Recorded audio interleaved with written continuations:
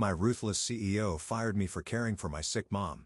Family problems aren't our concern. But when his $2.3 billion tech merger fell apart, he discovered I owned the patent he desperately needed. When I walked into the emergency board meeting, his face turned white. The day I was fired from Novatech wasn't the worst day of my life. That had come 6 months earlier when Mom's cancer returned. But standing in Marcus Sterling's corner office, watching him sneer at my request for flexible hours to handle her treatments, I realized just how cruel success could make people. Let me get this straight, David. Marcus leaned back in his Italian leather chair. His custom suit probably worth more than my yearly salary. You want special treatment because your mother is sick. Do you think Novatech became a $1 billion company by accommodating everyone's personal problems? I stood my ground. 5 years of leading his R&D department giving me the courage to speak up. I've delivered every project ahead of schedule. I can work remotely when needed. My team supports your team. He cut me off with a laugh that didn't reach his eyes. Let's be clear. They're my team. Everything here is mine. That's what happens when you're the CEO. The Manhattan skyline stretched out behind him through floor-to-ceiling windows, a perfect backdrop for his power play. On his desk, business magazines featured his face under headlines, like Tech's youngest billionaire and the new king of Silicon Valley. I just need 3 months. I tried again. The doctors say this round of treatment is crucial, and I need employees who put this company first. Marcus stood straightening his tie. Your mother's health issues are not Novatech's concern. If you can't maintain normal working hours, I'll find someone who can. The threat hung in the air between us. I thought about Mom, how she'd raised me alone after Dad died, working 2 jobs to put me through engineering school. How she'd never missed a science fair or graduation even when she was exhausted. How she'd beamed with pride when I landed this job at Novatech. Then I guess you'll have to find someone else, I said quietly. Marcus's smile was sharp as a knife. Security will escort you out. Your personal items will be shipped to you. He turned to his computer, already dismissing me. Oh, and David, don't expect a reference. As security walked me through the open office, past shocked colleagues, and whispered conversations, I caught a glimpse of the presentation slides on the main screen. Project Quantum, $2.3 billion merger with Tech Corp Industries. Little did Marcus know, but that merger was about to become his biggest nightmare. Because while he'd been busy building his empire on the backs of overworked employees, I've been quietly building something of my own. The idea had come during those long nights at the hospital during Mom's first bout with cancer. Watching the medical equipment struggle to communicate across different systems, seeing nurses waste precious time dealing with compatibility issues, I knew there had to be a better way. For 2 years, I'd worked on it in my spare time, a revolutionary quantum computing protocol that could seamlessly integrate any technological system regardless of manufacturer or operating system. The ultimate universal translator for the digital age. Novatech's contracts included the standard clause claiming ownership of any innovation developed using company resources, but I hadn't used a single company resource. Every line of code had been written on my personal laptop. Every test run through servers I built in my garage. And 3 months ago, just after Mom's cancer returned, I quietly filed the patents under my own name. The same patents that Novatech's merger with Tech Corp desperately needed to succeed. Walking out of the Novatech building for the last time, I pulled out my phone and made 2 calls. The first was to Dr. Sarah Chen, Mom's oncologist, upgrading her care package to the hospital's premium suite.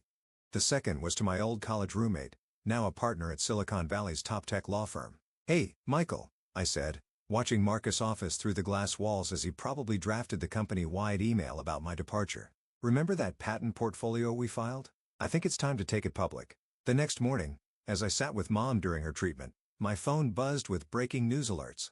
Mysterious PTNTFILING, 3 TENs, NLVATCHORPMEOGER, Wall Street, QEES, TION, SVIA, BILIT, of $2.3 billion test age deal. No VATCHSOCKPLUMNE. He's on Integration Concierge. Mom looked up from her magazine, ever perceptive despite her illness. Something interesting on your phone, honey? I smiled, taking her hand. Just some business news. Nothing as important as being here with you.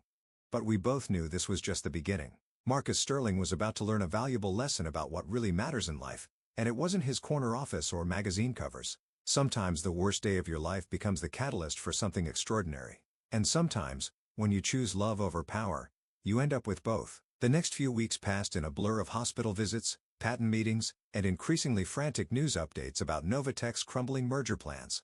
From my mom's premium hospital suite, I watched Marcus Sterling's empire start to crack. Tech Corp demands answers on integration protocol. Novatech faces shareholder revolt over merger concerns. Sterling's $2,300,000,000 dream deal on life support. You don't look very upset for someone who just lost their job, Mom observed one morning, her keen eyes studying me over her breakfast tray. Despite the aggressive treatments, she hadn't lost her sharp insight. Actually, I smiled, setting my laptop aside. I think I finally found my real job. My thumb buzzed. Michael, my patent attorney, calling with updates. David, it's chaos over there, he reported gleefully. Sterling's been in emergency board meetings for 3 days straight. Tech Corp is threatening to pull out unless Novatech can guarantee system integration within 6 months, which they can't do without my protocol. I finished. Exactly. Their in-house team says it would take years to develop something comparable. The board is demanding answers. Shareholders are panicking, and Sterling, well, let's just say his tech's youngest billionaire crown is slipping. I glanced at Mom, dozing now after her morning medications. Have they figured out who owns the patents yet? No, but they're getting close. Sterling's lawyers have been crawling all over the patent office filings. It's only a matter of time. As if on cue, my phone lit up with another call. Nina Chen, my former deputy at Novatech's R&D department. David, she whispered urgently, Sterling's on the warpath. He just fired 3 people for disloyalty because they suggested looking for the patent holder instead of trying to build a new protocol from scratch. How's the team? Scared? Overworked? He's got everyone pulling 16-hour days trying to replicate your work. But David, she hesitated. There's something else. I overheard him on the phone with someone about alternative acquisition methods. He sounded desperate. I thanked her and hung up, my mind racing. Marcus Sterling hadn't built his empire by playing nice. When billions were at stake, people like him often decided that rules were for others. Sure enough, that evening, unusual activity alerts started pinging from my home security system. Someone had tried to access my garage where my development servers were kept. They're getting sloppy, Michael commented when I called him. I've documented everything. But David, you need to be careful. Sterling's not going to take this lying down. He was right. The next morning, a routine audit from the IRS arrived at my door. By afternoon, old college acquaintances were receiving calls about my concerning behavior. A reporter even showed up at Mom's hospital room, asking questions about my troubled childhood. Classic intimidation tactics, Michael assured me. They're trying to pressure you into revealing yourself. The good news is it means they're desperate. The bad news arrived 3 days later. Mom's doctor called me into her office looking troubled. There's been a complication with the insurance, Dr. Chen said carefully. Somehow, all your mother's premium care authorizations have been revoked. They're saying she needs to move to standard care immediately. My hands clenched. Sterling, I'm sorry. Nothing. I stood up. Don't change anything about her care. I'll handle the bills directly. But Marcus Sterling's message was clear. He could hurt me through the people I loved. Walking back to Mom's room, I made a decision. It was time to stop playing defense. I called Michael. Remember that press package we prepared? Release it tomorrow morning. All of it. The full reveal. Are you sure? Once we do this, I'm sure. And Michael, make sure every major business news outlet gets the video of Sterling firing me. The security cameras had excellent audio. The next morning, while Mom and I watched the sunrise from her hospital window, my phone exploded with notifications. Fired. NOVATC Gauge Engineer. REVELEDS. LISTEROEPKENT. Hold here. Steer at line. FATAL. Miss TEKE. Full. VIDEO of confrontation. KIOEs. GIRAL. No VATCH. Board. KALLSE. Mergai, and Site, GETANG as SHLIES plunge 40%. Mom picked up her tablet, reading the headlines.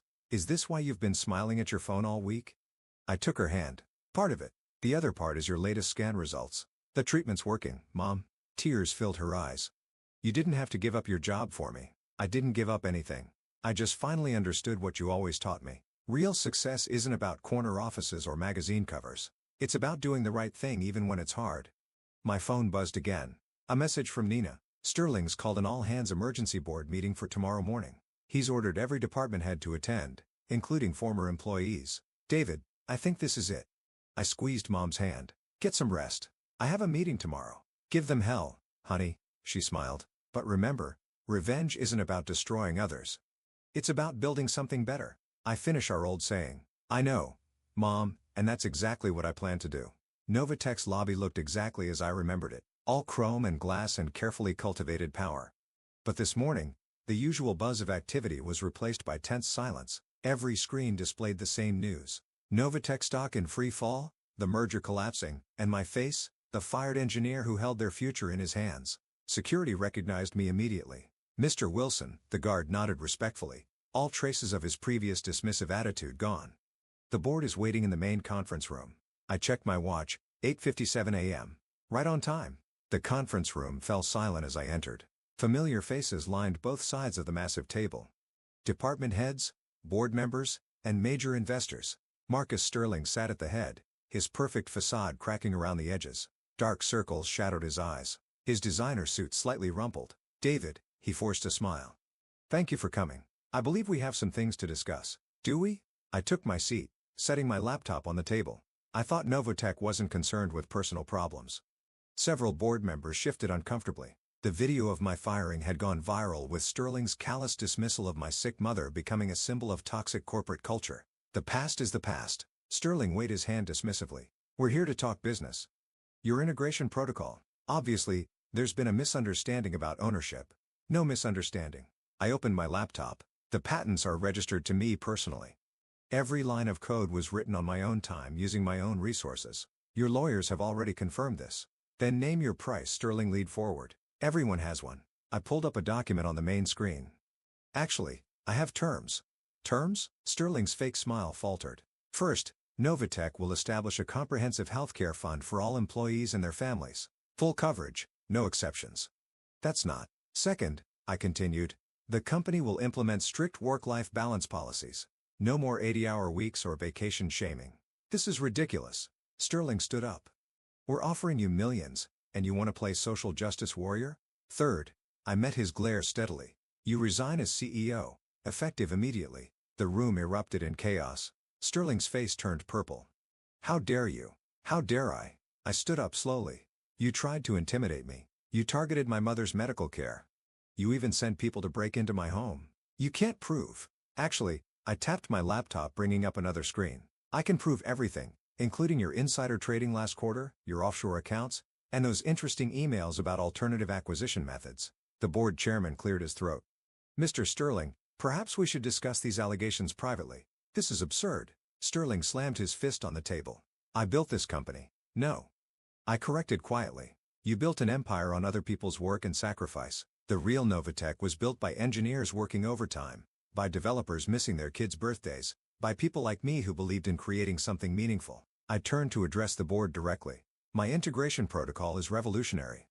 With it, Novatech could dominate the tech industry for decades. Without it, the company will lose the merger and likely face a shareholder revolt." The chairman nodded gravely. "Your terms, Mr. Wilson, are non-negotiable." I finished. "But there's one more thing." I pulled up a final document, a press release announcing Novatech's new charitable initiative. The Grace Wilson Memorial Foundation, named for my mother, dedicated to supporting families facing medical crisis. "You're insane," Sterling whispered. "The shareholders will never." Actually, a new voice spoke up.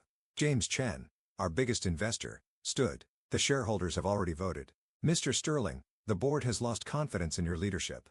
We accept Mr. Wilson's terms."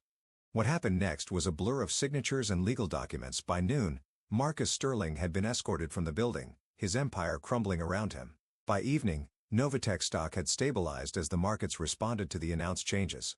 1 week later, I stood in Mom's hospital room watching her read the news coverage. "Novatech announces revolutionary new direction," she read aloud. "Former R&D head David Wilson named CEO. My son, the chief executive." "Acting CEO," I corrected. "Just until we implement the changes, then I'm going back to R&D. That's where the real work happens." She smiled knowingly. "And the foundation?" "Already helping 3 families cover their cancer treatments." I took her hand. "Soon, it'll be helping 100. Your father would be so proud."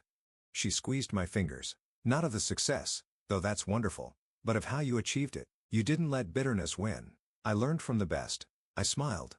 "How are you feeling?" "Better every day. The doctors are very optimistic." My phone buzzed. A message from Nina about the merger negotiations. TechCorp was thrilled with the new direction. The deal would go through bigger than ever. "You know," Mom mused, "Marcus Sterling never understood the most important thing about success." "What's that?" "Real power isn't about controlling others. It's about lifting them up. That's how you build something lasting." Looking out at the sunset painting the city skyline, I thought about everything that had changed. Novatech was transforming from a burnout factory into a model of corporate responsibility. Families like mine wouldn't have to choose between work and caring for their loved ones. And somewhere, Marcus Sterling was learning that true leadership isn't about corner offices and magazine covers. By the way, Mom added casually, when do you plan to tell them about your new quantum encryption protocol? I grinned. Some things never changed. Mom still knew me better than anyone. One revolution at a time, I replied. For now, let's focus on getting you better. After all, I squeeze her hand. Family comes first. Years later, people would study the Novatech transformation as a business school case. They'd analyze the strategy, the timing, the execution, but they'd miss the most important lesson. Sometimes the greatest victories don't come from destroying your enemies, but from transforming their weapons into tools for healing. And sometimes when you choose love over power, you end up changing not just the company, but an entire industry. As for me, I still work late sometimes, but now it's by choice. Usually brainstorming new ways to make the world a little better, one innovation at a time. After all, that's what real success looks like.